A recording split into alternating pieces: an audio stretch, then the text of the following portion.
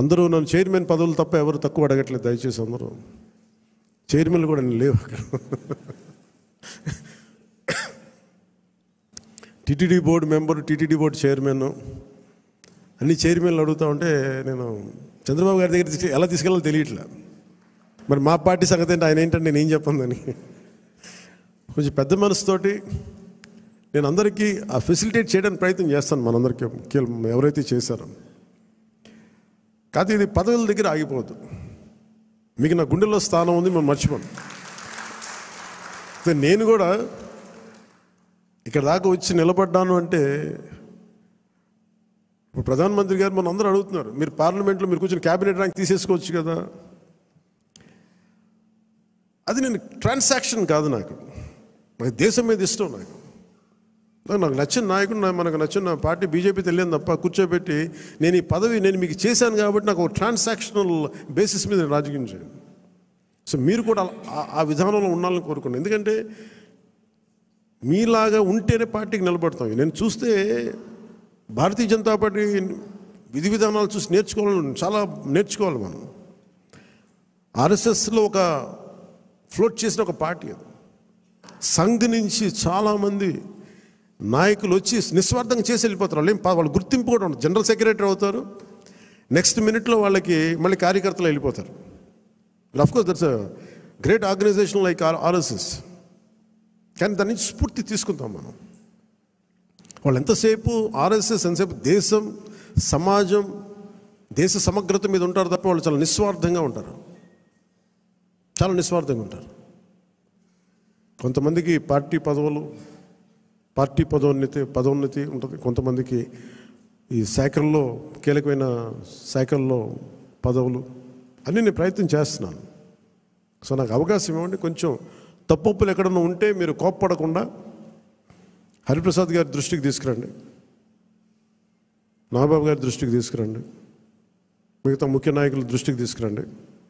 ఎందుకంటే నేను మనోహర్ గారి పేరు ఎందుకు చెప్పట్లేదంటే, ఇప్పుడు ఆయన మంత్రి సివిల్ సప్లైస్, ఆయన బిజీగా ఉన్నారు. మొత్తం అక్రమ బియ్యం మీద, గోడౌన్ల మీద ముయించేస్తూ ఉన్నారు. అందువల్ల అందుకని ఆయనకి ఈ బాధ్యతలు అప్పచెప్పట్లేదు. రాష్ట్రం కోసం చేయాల్సింది చాలా ఉంది ఆయనకి. అందుకని మీరందరూ పెద్ద మనసుతో అర్థం చేసుకుంటారని ఒకే ఒక మాట చెప్పి ముగిస్తాను. నేను మీకు అండగా ఉండేవాడిని, నిలబడేవాడిని, మర్చిపోనివాడిని. మీకు నెలకి కానీ 3 వారాలకు కానీ మీరు ఒక 2 వీక్స్ ముందు కానీ 3 వీక్స్ ముందే కనుక మీరు నన్ను కలవాలి అని అంటే ఖచ్చితంగా నేను కార్యకర్తల దగ్గర నుంచి పెద్ద నాయకుల దాకా అందరితో కలుస్తాను, మీతో కూర్చొని మాట్లాడతాను. కాదు, నాకు ఇవ్వాల్సింది ఏంటంటే, మీరు సడన్గా వచ్చేస్తేనేమో నాకున్న దాంట్లో అందరిని అడ్జస్ట్ చేయలేకపోతాం. మీరు కొంత ఎజెండాను కూడా ఫిక్స్ చేసుకురండి. నాకున్న సమయం కూడా చాలా తక్కువ ఉంది. ఎందుకంటే ప్రధానమంత్రి గారి దగ్గరికి వెళ్ళినప్పుడు ఇంత చేసి నేను ఆయన దగ్గర ఎంత టైం తీసుకున్నాను, కరెక్ట్గా 60 సెకండ్ల టైం తీసుకున్నాను. 60 సెకండ్స్ అంతే, 60 seconds, less than a minute ఆయన కలిశాను. ఎందుకంటే ఆ స్థాయి, అంత పని ఉన్న వ్యక్తులకి మనకు వాళ్ళకి ఇవ్వగలిగేదే మనం ఎక్కువ వాళ్ళ కాలాన్ని దుర్వినియోగం చేయకపోవడం. ఆయన మొహమాట పెడితే ఇంకో 5 నిమిషాలు కూర్చుంటారు.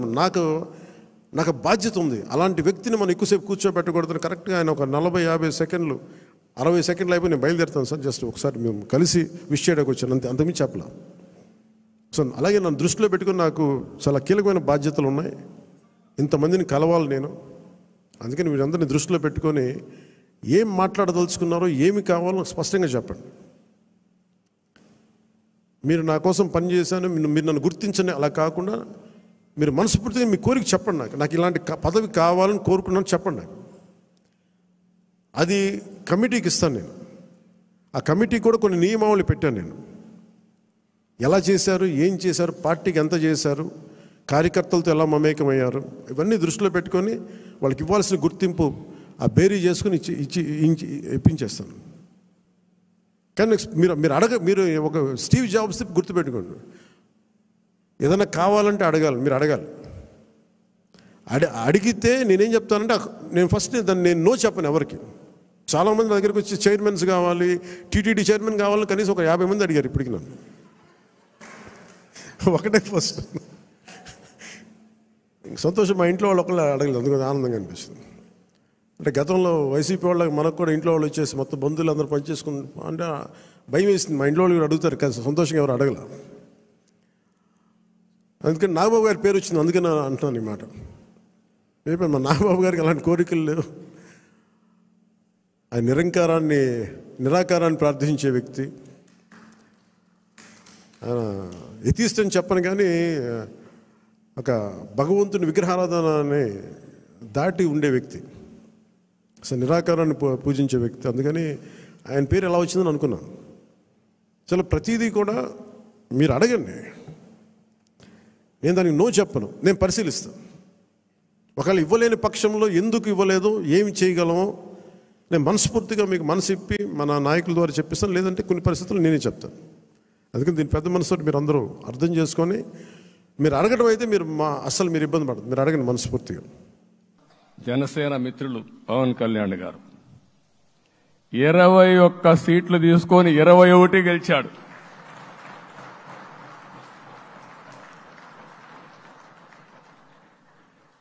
బీజేపీ 10 సీట్లు తీసుకుంటే 10 గెలిచారు, 8 గెలిచారు. అంటే 10కి 8 గెలవడం అనేది ఒక చరిత్ర. ఆ 2 సీట్లు కూడా కొన్ని ప్రత్యేకమైన కారణాల వల్ల ఓడిపోయాం తప్ప ఇంకోటి కాదు. అంటే ఇక్కడ ఒక లెసన్ మనందరికీ అర్థమైంది ఏంటంటే, అభ్యర్థులు గట్టిగా నిలబడుకున్న ప్రతి ఒక్క చోట ప్రజలు మనల్ని ఆశీర్వదించారు, గెలిపించారు. ఇదే ఈ యొక్క ఎన్నికల్లో మనందరం గుర్తుపెట్టుకోవాల్సిన ఒక ప్రత్యేకమైన విషయం. నేను చాలాసార్లు ఎన్నికలైన తర్వాత సమీక్షలు చేసుకున్నాం, కానీ ఇలాంటి విజయం, ఎలాంటి సాటిస్ఫాక్షన్ ఎప్పుడూ లేదు. దీనికి కారణం ప్రజలు మన మీద నమ్మకం పెట్టుకున్నారు.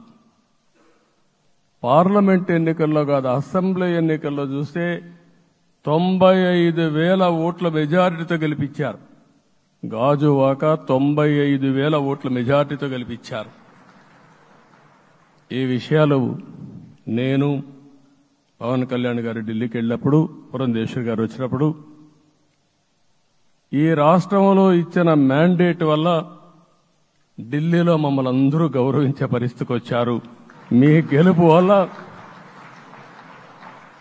ఈరోజు ఆంధ్రప్రదేశ్ రాష్ట్ర ప్రతిష్ట పెరిగింది, గౌరవం పెరిగింది.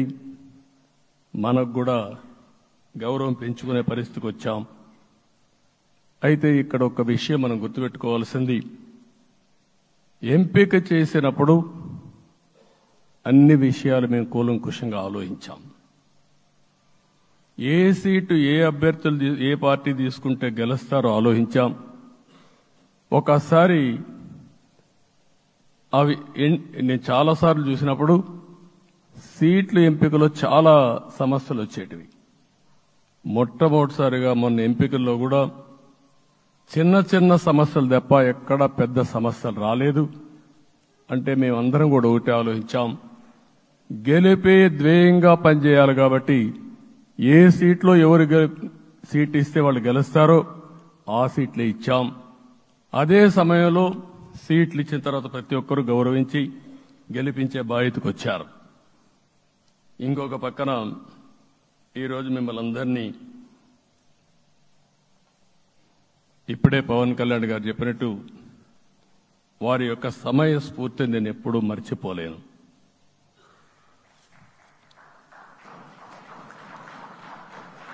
మొట్టమొదటిసారిగా నేను జైల్లో ఉన్నప్పుడు వచ్చాడు. వచ్చినప్పుడు నన్ను పరామర్శించాడు. బయట వచ్చి